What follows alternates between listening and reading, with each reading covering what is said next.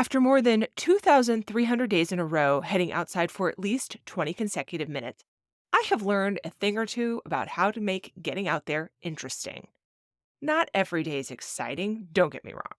In the summer, there are plenty of days spent just sitting on my porch, enjoying the sun and a cup of coffee.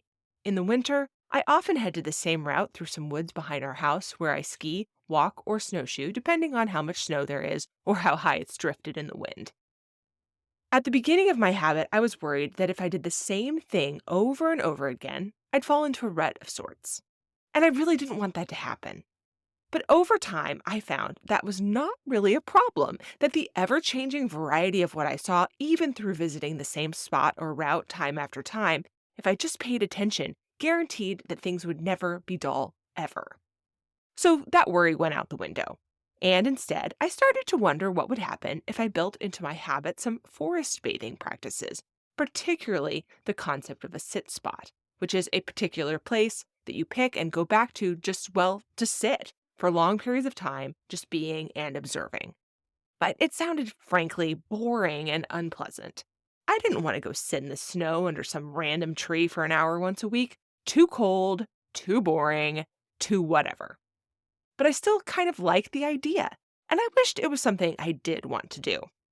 Which is why, when I heard author and adventurer Alastair Humphreys share his practice of a year in a tree, which has of course turned into more than a year in a tree, as all good ideas tend to do, I was intrigued. Once a month at the same time, during the same day of the week, in the first week of the month, out he goes and climbs into a certain spot in a certain tree and hangs out there for 20 minutes just to see how things are going. He takes a thermos of coffee. He does his best to not look at his phone, and he observes how time marches on all around him. It's only once a month, and it's only 20 minutes. That I have time for. I'm not much of a tree climber, and we don't have many fabulous climbing trees around here, so I decided to copy his habit, but without the tree. Instead, I took a few weeks to look around our town and think about somewhere I might like to spend 20 minutes once a month. Of course, I could have just picked the corner of my yard. Easy, right? But because I've got all these outside days under my belt and give advice to people on how they can create their own outdoor habits, I know that if I'm going to make something new up, it should stick to my basic standards for habits. 20 minutes check the yes, I have time for this box, as did only planning it once a month. That's important because if I convince myself something is inconvenient, I won't do it. I also know if something is wildly unpleasant, I'll find a reason not to go or simply I'll forget.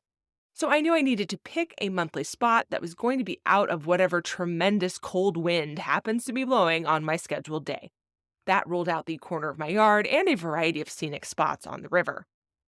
I knew I also wanted to be close to my house so I could squeeze in a journey to get to the spot, so I immediately tossed out any trips all the way across town. And I wanted to pick a spot that would be interesting with lots of life and for sure dramatic changes over the seasons. So I've ruled out a certain picnic pavilion next to a field as way too boring. What did I settle on? A picnic table by a nearby lake at noon midweek during the first week of the month. The parking lot is regularly plowed, the wind will be at my back, and the place dramatically changes over the seasons. Perfect. And so, at the appointed time during the first week of January, I poured coffee in a mug, put on the big jacket and the pants, and drove to the lake. It was snowing sideways, not 20 minutes before I was supposed to leave, but when I got there, the sun had broken out and the wind had died down a little. I sat on the bench, shoved my phone in my pocket after taking a quick photo, and set out to see what's what. Over my 20 minutes, I looked at the bare trees, the snow swirling across the frozen lake, felt the wind pushing in my back, thought about how I definitely should have worn warmer socks, sipped my coffee, watched 3 trucks drive onto the lake to ice fish. I realized I didn't know trucks drove on this lake here, and then I realized I'd never even been to this lake outside of the summer and one Easter visit a few years ago. I thought about the ducks I usually see here, felt the sun on my face, and checked my 20-minute timer only once about halfway through out of curiosity mostly, after realizing I'd been sitting there a while and hadn't even gotten bored. All in all, it was absolutely lovely. A pocket of peace in my day, a visit to somewhere I like that I suspect I will only grow to love more. I reserve the right to lay on the table in the June sun and watch the sky instead of the water and trees. And honestly, I can't wait to go back in February and see what's changed. Now, it's not too late. It's never too late, honestly, for you to start this kind of thing for yourself. Pick a spot and go there for 20 minutes on a certain day of this month and go back again next month. Alastair advises literally setting it on your calendar. His dings at noon on the first Wednesday of the month to tell him it's time for his monthly appointment with climbing a tree. And how fun is that? You'll be able to see a photo of my monthly visit to my lake on Humans Outside on Facebook and Instagram, and I want to see your photos too, monthly, daily, whatever. Share them with #HumansOutside365. And until next time, we'll see you out there.